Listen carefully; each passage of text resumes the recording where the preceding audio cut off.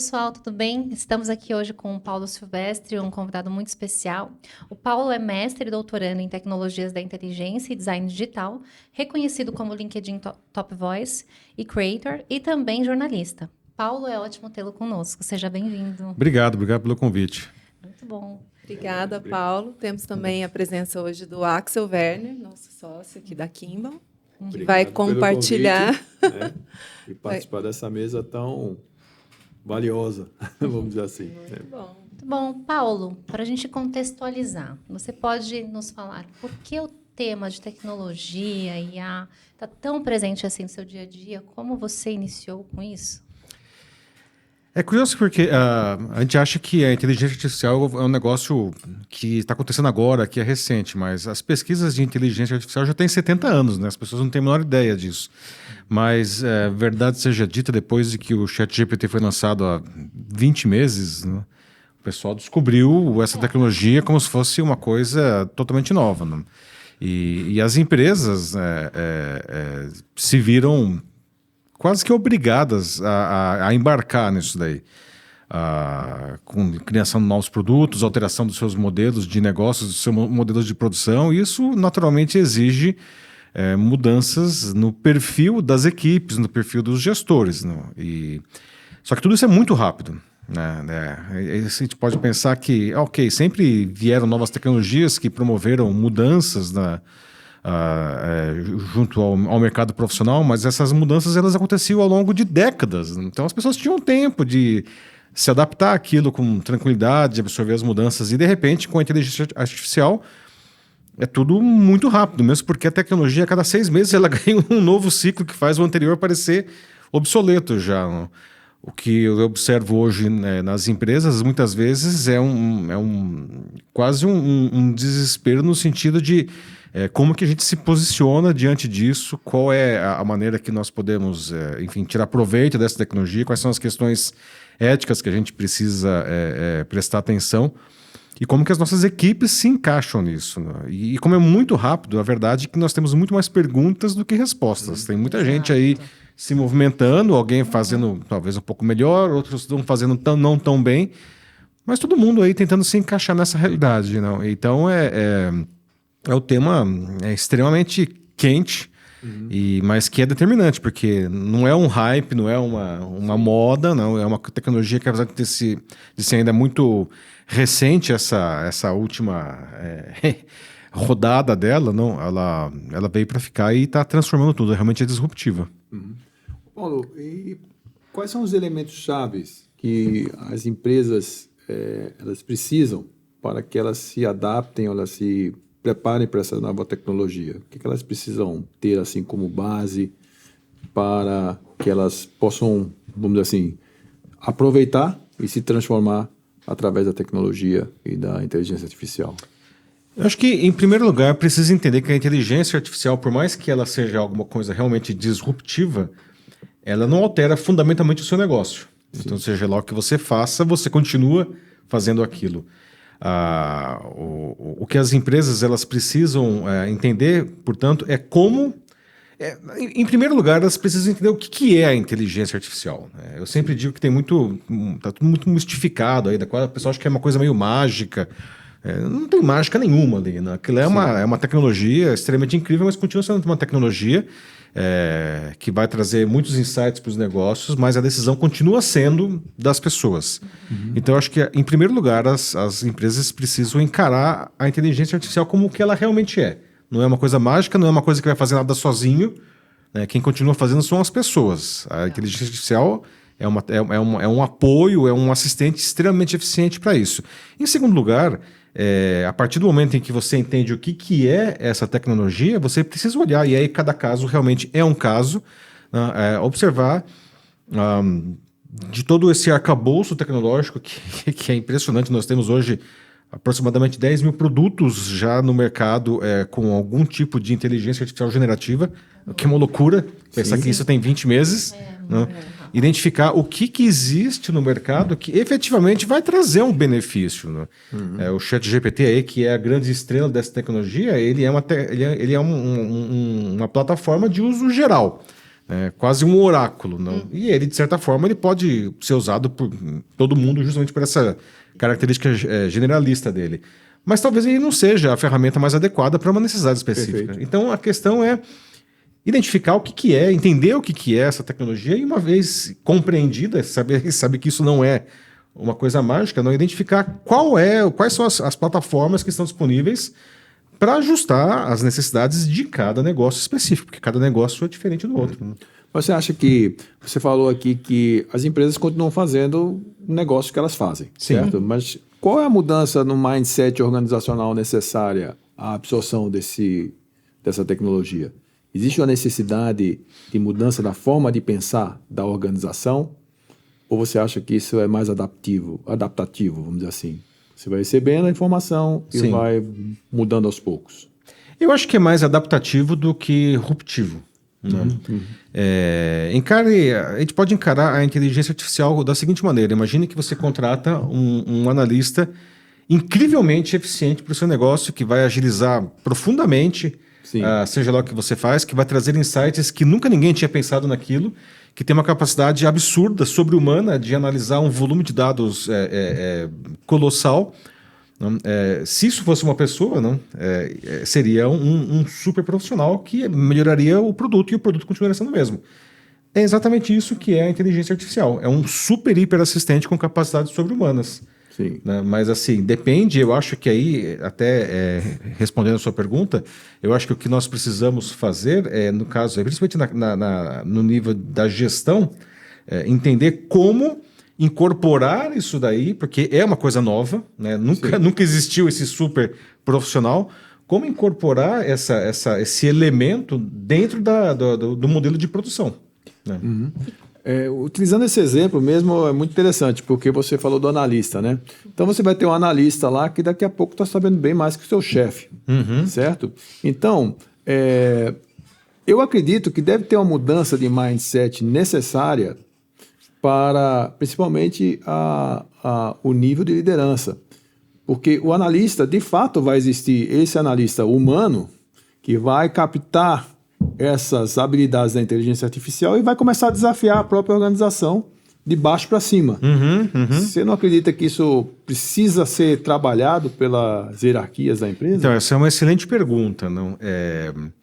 Existe uma coisa que existem vários temas candentes quando a gente pensa em inteligência artificial.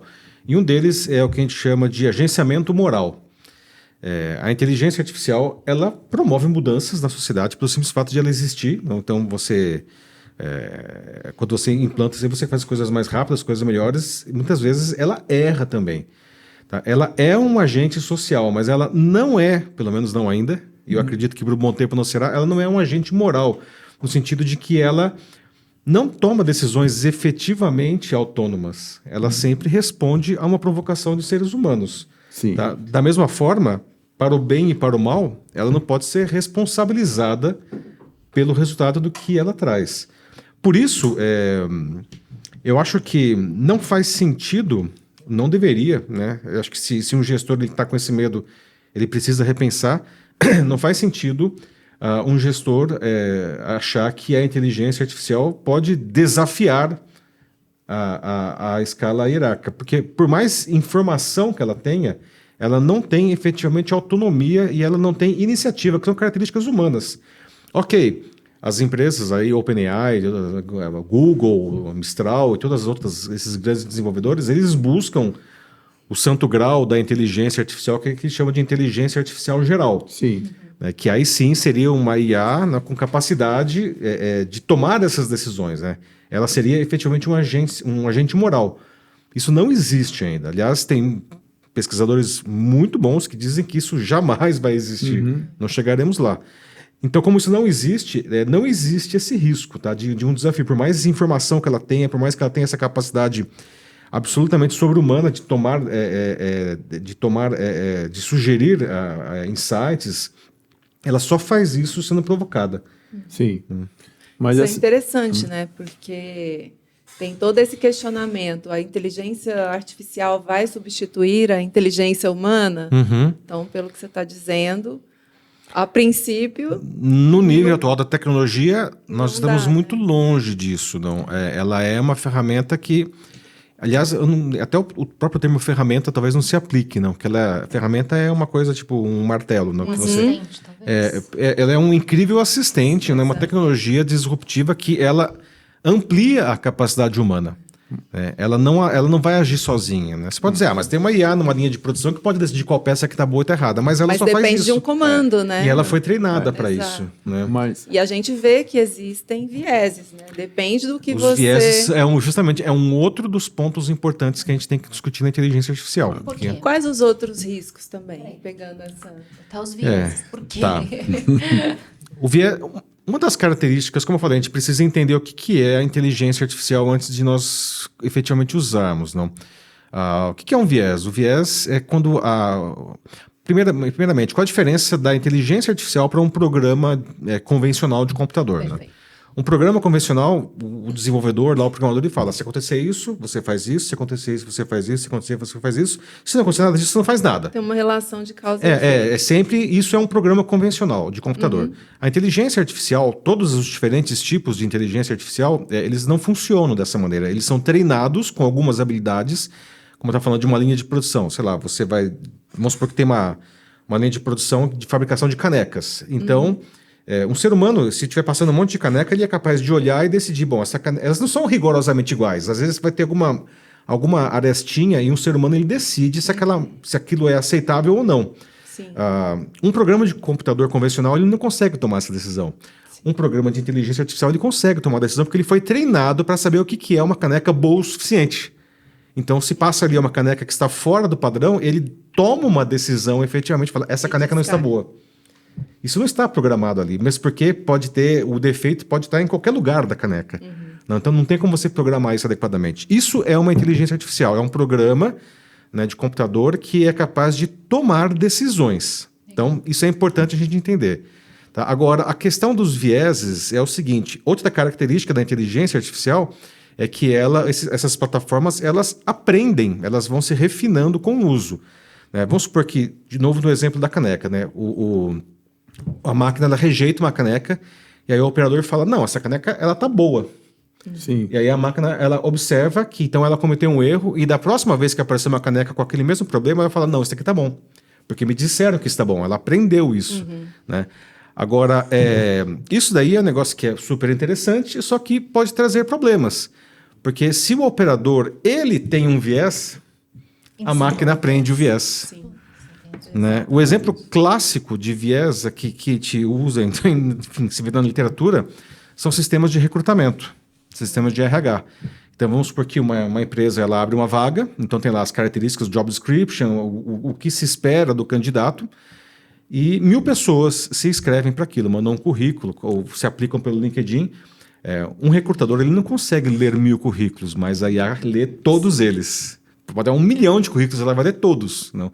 E ela vai sugerir, vamos supor, 20 currículos, né, para ser entrevistados pelo analista de RH, e o analista entrevista e escolhe 3 e contrata. Né? E a máquina está só olhando quem é contratado. Aí vem uma outra vaga, também lá 1.000 currículos, ela seleciona 20, são entrevistados, e no final contrata 2. Só que o que acontece? O sistema ele começa a observar que o analista de RH, que é um ser humano, ele só contrata homens brancos jovens de faculdade de ponta.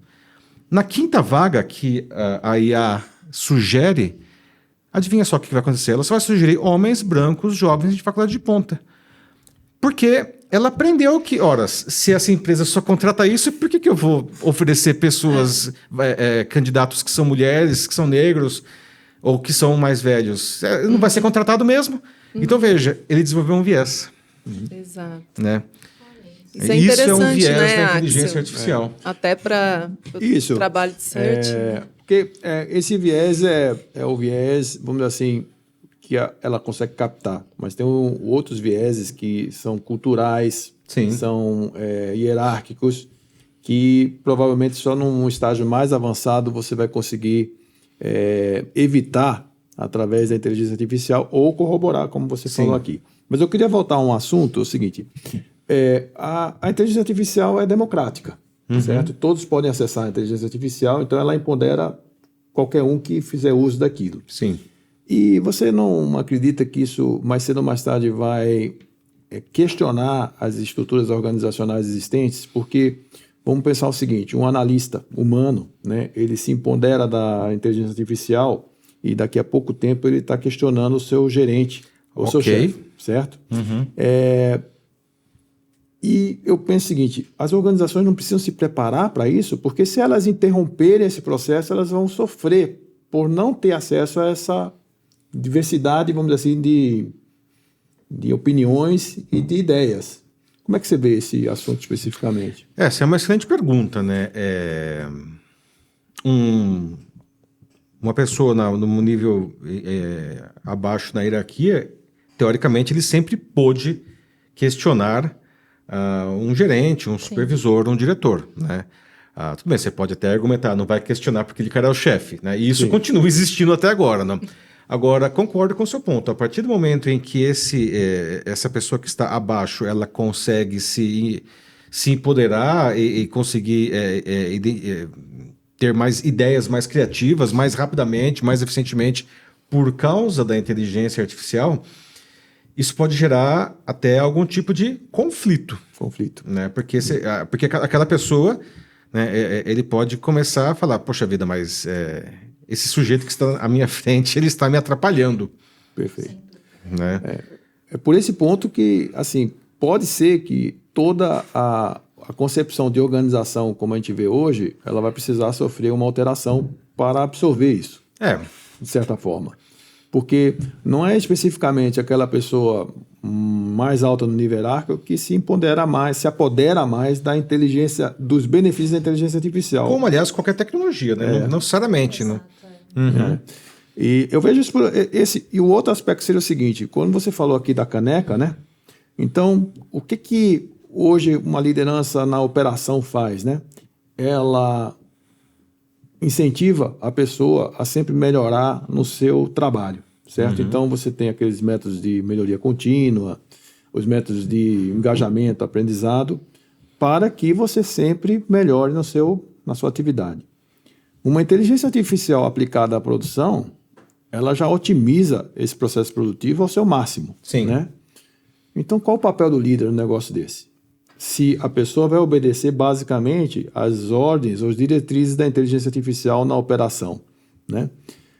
São questionamentos que a gente começa a se fazer, né? Porque eu acredito que, por um lado, você vai ter essa tecnologia questionando as estruturas de liderança atual. Por outro lado, você não pode simplesmente abandonar as pessoas sem liderança, né? Então, vamos lá. De novo, a inteligência artificial ela não pode questionar ninguém.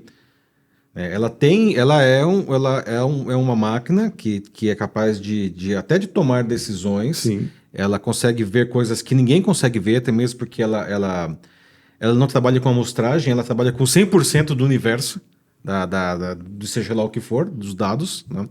Então, ela consegue realmente ter insights que um ser humano não consegue. Você pode ter um gerente extremamente capacitado e ele não consegue ver aquilo. Exemplo, mas veja só como que, no final das contas, a decisão tem que ficar com o ser humano. Um lugar que tenha tido alguns exemplos muito positivos de inteligência artificial é em exames de imagem. Né? Então, sei lá, você faz uma tomografia, né? E aí você tem lá o técnico de radiologista, ou mesmo o médico, e ele olha alguma coisa e ele não vê nada. A inteligência artificial enxerga, porque é uma alteração mínima, mas ela existe.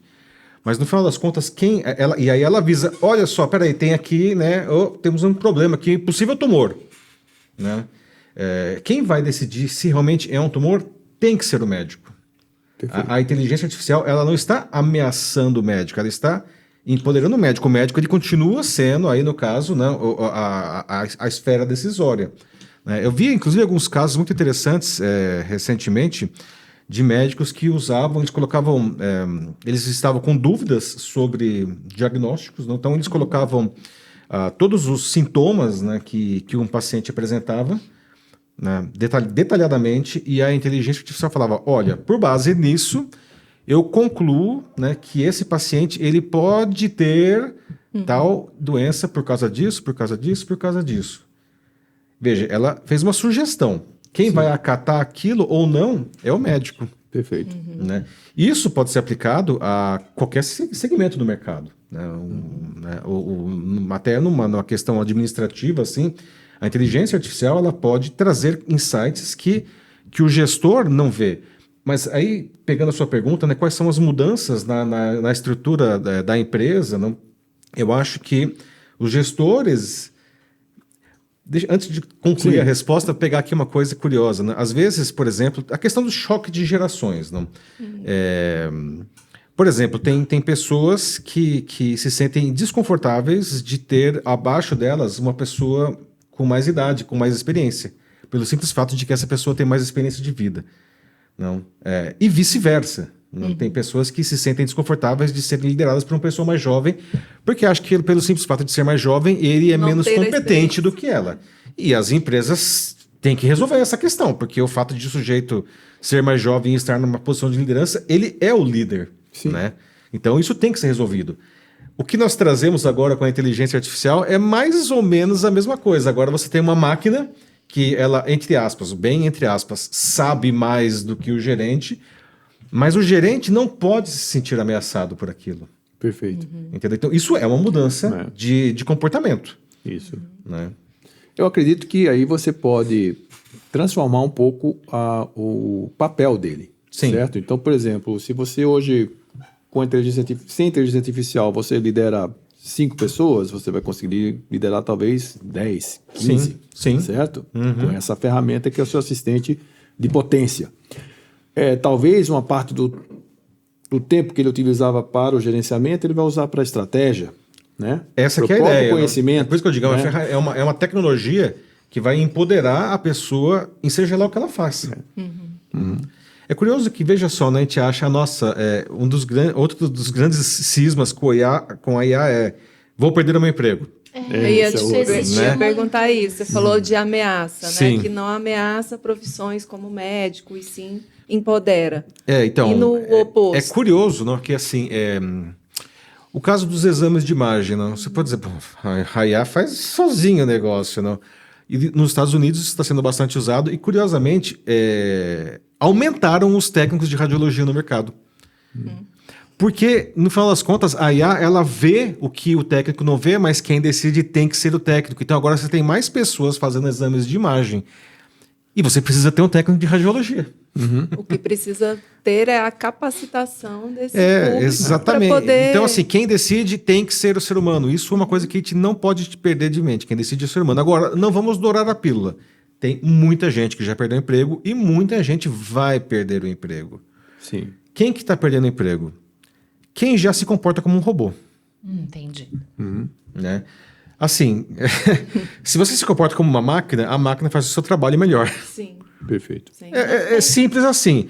E aí, até resgatando um pouco da sua pergunta anterior, né, como que as empresas, as organizações, elas precisam se ajustar a essa realidade, nós observamos que existem muitas posições, muitas funções em que as empresas robotizam o profissional. Perfeito. Ele não pode pensar, ele tem que seguir um script. Exemplo clássico do clássico call center. O cara ele só pode falar o que está no script. Horas. O robô faz isso melhor. E é terrível, né? Vamos combinar. E, aliás, não, o robô faz isso melhor, não? Porque hoje nós temos a questão da linguagem natural, não? Os sistemas, eles entendem. Você pode falar o que você quiser. Não, ele entende e ele gera... Não é mais mensagens gravadas das URAs de telefone. As mensagens, elas são geradas no momento. Não? Inclusive, você pode dizer qual é o sotaque que aquela voz vai ter. É uma coisa impressionante. Até para que isso fique mais ajustado, sei lá, vamos supor que você tem uma operação nacional e um cliente liga para você e esse cliente, ele é, sei lá, de Recife. O robô vai falar como se fosse alguém de Recife.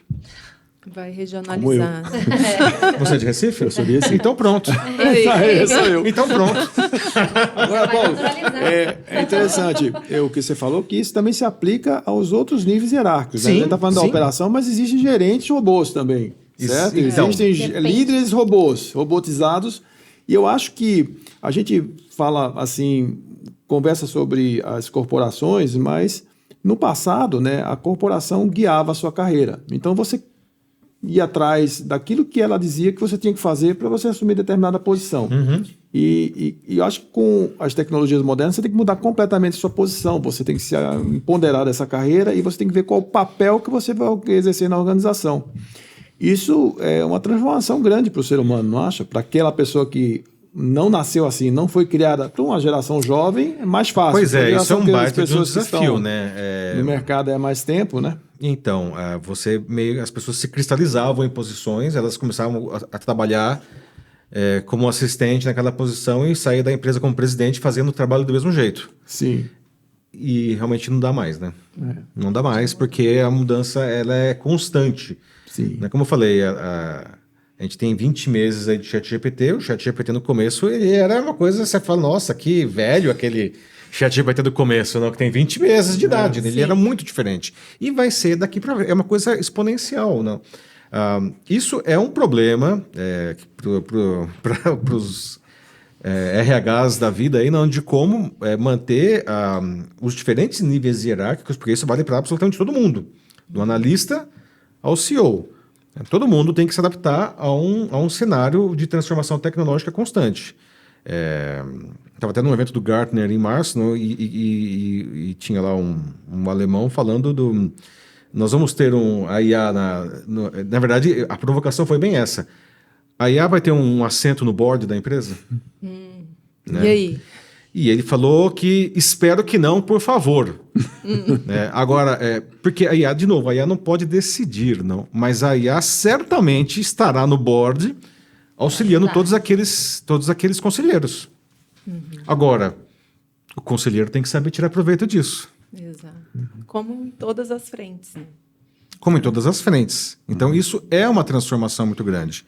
E até falando sobre uma questão até de educação, você também é professor, né? Educação e profissionalização e até esse desenvolvimento com esse caminho. Quais habilidades, capacidades que você acha que o líder tem que tomar para se adaptar à tecnologia, utilizando ele como assistente, impulsionando ali o seu trabalho, para não ser também só mais um robô junto? Em primeiro lugar, precisa ter a mente e o coração abertos, né? Eu acho que a gente não pode ser nem deslumbrado. Maravilha, essa tecnologia, inteligência artificial, vai fazer tudo, né? Não. Mas você também não pode ser super resistente. Nossa, não quero saber disso daqui. Aqui quem manda sou eu. Vou fazer as coisas do meu jeito. Também não, né? Estava conversando no ano passado com um VP da IBM e ele mencionou uma frase que virou uma frase super comum hoje nos LinkedIns da vida.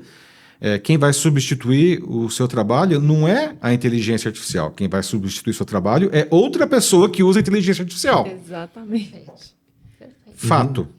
Para tudo. E para todos, né? Todos os níveis hierárquicos e todos os setores. Quem usa a inteligência artificial, ele vai começar a fazer o trabalho melhor. Né? Então, é essa pessoa que vai roubar o seu emprego se você não usa a inteligência artificial. Agora, de novo, isso precisa ser feito com consciência. Né? Existem aspectos éticos, existem aspectos técnicos. Como que você vai tirar proveito disso? Estava num estudo, se não me engano, de Oxford, recente. Não me lembro agora a fonte, mas acho que era de Oxford. Era justamente sobre isso, da questão da substituição de funções. E a conclusão era muito interessante, que eles diziam o seguinte, toda função de qualquer mercado, ninguém faz uma coisa só. A gente está falando do médico. O médico não faz uma coisa só, o médico faz um monte de coisas. Perfeito. Né? Então, qual que é o desafio de qualquer profissional, de todos os níveis? Né? É você identificar quais são as tarefas, e são várias, que compõem o seu trabalho. A tecnologia, a inteligência artificial, ela automatiza alguma dessas tarefas muito bem, outras mais ou menos, e outras ela simplesmente não consegue fazer. O que você precisa prestar atenção? Se o seu cotidiano profissional se concentra nas tarefas que a máquina já está fazendo, então você tem um problema sério, porque a máquina vai fazer rapidamente o seu trabalho melhor. Agora, qual que é o seu desafio, então? Se concentrar nas tarefas que a máquina não consegue fazer. Você vai continuar sendo médico. Tá? Aquelas coisas mais, vamos dizer assim, triviais que a máquina já está fazendo melhor, entrega isso para a máquina. Ela já faz melhor do que você. Não adianta você querer peitar a máquina, desafiar a máquina. Ela vai ganhar de você. Né? Identifique o que a máquina ainda não faz tão bem, concentre-se nisso e aproveite aquilo que a máquina faz bem. Perfeito. Né? Entendi. Agora, sobre gerações, né? A gente está chegando aí com a geração Z no ambiente de trabalho. E muitos líderes veem essa geração como, de uma forma até pejorativa, né? Uma geração mimimi, uma geração que vai lá para dificultar. Você acha que essa questão geracional impulsiona também a utilização dessa nova tecnologia? Choque de geração sempre existiu, né? Isso não é exatamente uma novidade, né? Eu acho que... Eu tenho acompanhado muito isso daí, inclusive na mídia, não? As matérias aí com relação à geração Z.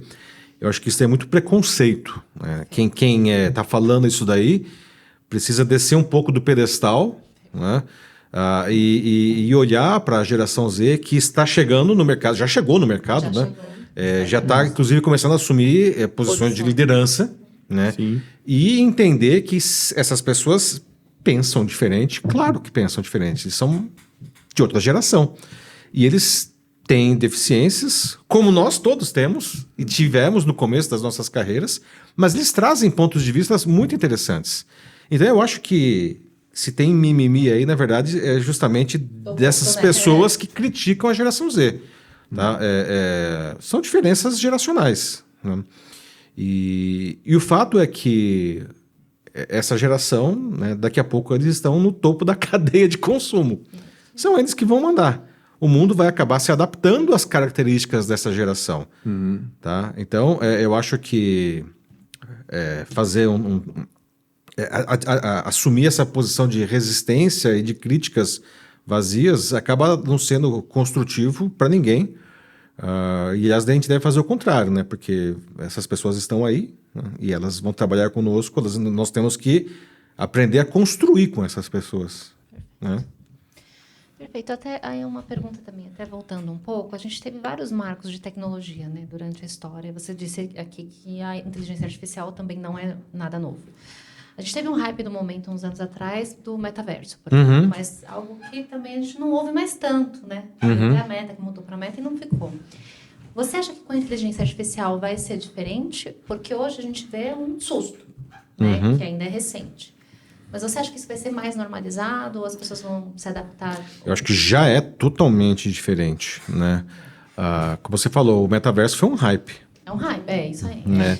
O metaverso também não é uma coisa nova, não. O termo metaverso ele foi cunhado em um livro que se chamava Nevasca, se não me engano, de 97.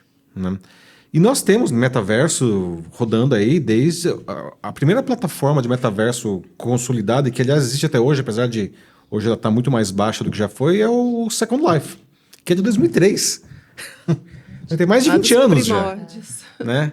Inclusive, era uma tecnologia muito à frente do seu tempo na época, porque os computadores eles não tinham capacidade de processar tantos gráficos. Então, acabava sendo... Eu acho que o Second Life ele não pegou mais porque a experiência acabava sendo ruim, né? Que qualquer coisa que você fazia lá, a máquina virava uma carroça, né? Então... Mas ele existe até hoje, não? E tem, assim, claro, é muito menor do que já foi, mas tem usuários fiéis e que fazem coisas. Tem pessoas que trabalham dentro do Second Life, literalmente. Né? Criam produtos, né? Tem um dinheiro o Second Life, você consegue extrair dinheiro de dentro do Second Life. Mas, de novo, a questão do que nós vimos aí em 2019, não? Foi a da Meta, né? Ex-Facebook. Que apontou todos os seus canhões aí para o metaverso, numa tentativa aí talvez... aí é pura especulação, né? Porque só quem está lá dentro efetivamente sabe, e provavelmente quem está lá dentro em níveis muito altos, sabe o que realmente motivou isso daí, não? O Facebook passava por uma série de escândalos, não? Da Frances Haugen, não sei se vocês lembram dos Facebook Papers, não? E aquilo estava causando muitos danos à imagem da empresa e eles precisavam criar um novo fato, né, para tentar desviar daquilo ali. Não? E eles criaram, efetivamente, que foi o metaverso. Né? Eles não falavam de metaverso até o Facebook Papers. E depois mudaram o nome da empresa, né? Criaram lá o Horizon Worlds, lá as plataformas. Só que simplesmente não virou aquilo. E não virou por dois motivos principais. Primeiro, porque para você ter uma experiência efetiva de metaverso, você precisa ter equipamentos que poucas pessoas têm, no caso os óculos ali, não? Que são caros esses equipamentos. principalmente para o usuário padrão, é muito caro. Não para uma empresa, uma Petrobras. A Petrobras usa metaverso muito bem, né? Aqueles gêmeos digitais, só para dar um exemplo, não. Mas a ideia de que aquilo se transformasse em uma tecnologia de massa, que era esse o objetivo do Zuckerberg, não virou em primeiro lugar porque era muito caro o equipamento. Em segundo lugar, porque não tinha aplicação. Tá, que vou entrar lá no Second Life, lá, tudo bem, né? Aquilo é um brinquedo, né? As pessoas... Tiraram as pessoas de alguma coisa que elas usam hoje, que são as redes sociais, digamos, tradicionais, que elas dominam, que elas fazem negócio com aquilo ali, para entrar em uma tecnologia que, na verdade, exigiria um aprendizado novo, exigiria investimentos financeiros de equipamento e que não traz nenhum benefício aparente. Né? Por que as pessoas fariam isso? É muito diferente da inteligência artificial, que traz exatamente o contrário. Não? Você não precisa de investimento, você tem benefícios imediatos e palpáveis, é muito fácil de usar. Então, são duas coisas completamente diferentes. O metaverso não morreu, ele existe, como eu falei, já existe há mais de 20 anos, mas ainda é uma tecnologia de nicho que talvez, em algum momento, ela floresça mais do que está hoje aí, que até caminha aí para onde o Zuckerberg queria. Mas não chegamos lá. A IA já chegou. Já chegou, está muito na frente. Né? Não é um hype, não é uma tendência. A IA é um fato. Legal. Paulo, a gente falou aqui da geração Z, né? Dos desafios e para as organizações. Nós falamos aqui também da inteligência artificial empoderando assim, todo mundo de forma bastante democrática, né? E falamos também assim do desafio que tem um líder que cresceu num ambiente diferente, né? E hoje precisa olhar para frente e mudar, né? Mas se você fosse caracterizar hoje as habilidades que um líder precisa para lidar com tudo isso, você mencionaria quais, assim, principais? Resiliência, humildade, né? Porque o mundo mudou, né? E você precisa mudar, né? E a gente sabe que isso não é tão trivial assim. Não, e disposição. A gente sabe, não, que com o tempo a gente fica... Deixa eu escolher uma palavra aqui. Eu ia falar talvez um pouco mais preguiçoso, mas não queria dizer isso. Sim. A gente é mais difícil, talvez. mais acomodado, ótimo, Muito essa é bem. uma palavra. A gente fica mais acomodado com uma maneira de gestão, uma maneira de trabalho, a gente fica acomodado com tecnologias. Não? É tradicional, sempre foi assim, não? Quem está chegando no mercado está muito mais disposto a correr riscos. Sim. Eu acho que isso é uma questão interessante também, não? Quem é jovem, não tem muito a perder, corre riscos alegremente. E essas pessoas promovem mudanças disruptivas justamente por isso. Quem está numa posição mais consolidada e que tem muito a perder, naturalmente você quer correr menos riscos. Perfeito. Então eu acho que, respondendo a sua pergunta, eu acho que quem está nessas posições de liderança, ela precisa aceitar que o mundo mudou, né, e entender entender, inclusive, que a sua experiência porque você pode achar que a sua experiência ela pode ser um fardo, no sentido, meu Deus, eu estou muito velho, não consigo aprender mais. Como que é aquele ditado lá? Cachorro velho não aprende truques novos? Aprende sim. Mas o cachorro tem que dar seus pulos. Né? Tem que querer fazer isso daí. Então eu acho que a liderança, por mais consolidada que ela esteja, ela pode fazer essas mudanças, mas ela precisa querer fazer essas mudanças. Talvez o que você está falando assim, você transformar a experiência na vivência, né? Exato. E a partir da vivência você descobrir qual é o seu papel naquele contexto, né? Porque a experiência, como você falou, assim, tem gente que tem 30 anos vezes um ano de experiência. Ele chegou àquela posição porque a empresa caminhava Foi um dessa fluxo. forma, certo? Seguiu A o experiência fluxo. é a mesma. Agora, aprender com as vivências muda completamente a perspectiva do líder, né? Exatamente. E o papel que ele exerce. Porque pode ser um líder, se todos os líderes fossem visionários, nós não chegaríamos a lugar nenhum. Né? Você tem que ter um líder visionário, mas tem que ter Tem aquele um que executor também. Executor, né? Aquele que carrega o piano. Então, eu acho que... Aliás, todas as empresas grandes têm isso. Né? Você pode pegar a Microsoft, tinha o Bill Gates e o Steve Ballmer.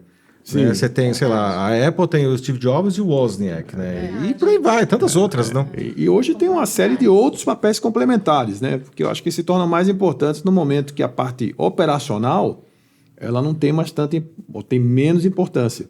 Então, o papel que você vai exercer na organização, a complementaridade dos papéis, faz com que a equipe ela se energize ou não, né? Exatamente. Né? E você está falando, você estava até pensando no caso, vamos pensar assim na Fórmula 1, não, os pilotos de Fórmula 1, você pode pegar o Juan Manuel Fangio, que era o cara mais incrível piloto lá dos anos 50, 60.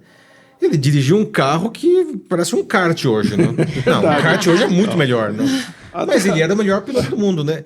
Como será que se nós pegássemos um carro da Fórmula 1 atual e desse pro Fangio, o que ele faria com aquilo? Exato. Né? Exato. A gente viu esse exemplo na própria Olimpíada, né? O atirador lá, o turco lá? Né? Foi lá, o outro que ganhou a medalha de ouro, todo equipado.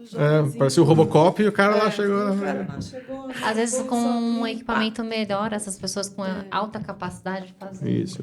Por outro lado, né? Aí pegando esse gancho, isso você não acha que esse uso dessa inteligência artificial, por exemplo, das tecnologias, não acaba viciando, não, acomodando também? Essa é uma outra excelente pergunta, né? Quando saiu o ChatGPT, outra grande cisma que surgiu nossa, vamos ter agora aí uma geração de pessoas acomodadas, de preguiçosos. De não pensar, como é que... Qual é o impacto sendo disso? bastante sincero, esse risco existe.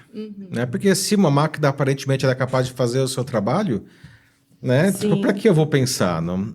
E assim, certamente muita gente já está fazendo isso e vai querer continuar fazendo. Cada um faz a sua carreira da maneira como quiser. Não? O que eu digo sempre é o seguinte: se a sua função é ficar escrevendo coisas para a máquina fazer e quem na verdade está, entre aspas, pensando é a máquina, para que eu preciso de você mesmo? Né? Por isso, Paulo, por isso que eu acredito também, né, que essa mudança de você sair de uma função e exercer um papel, ela é fundamental, porque o papel energiza, a função nem tanto, certo? Se você tem uma função e essa função ela se repete durante sua carreira toda e ela é automatizada, ela não energiza ninguém.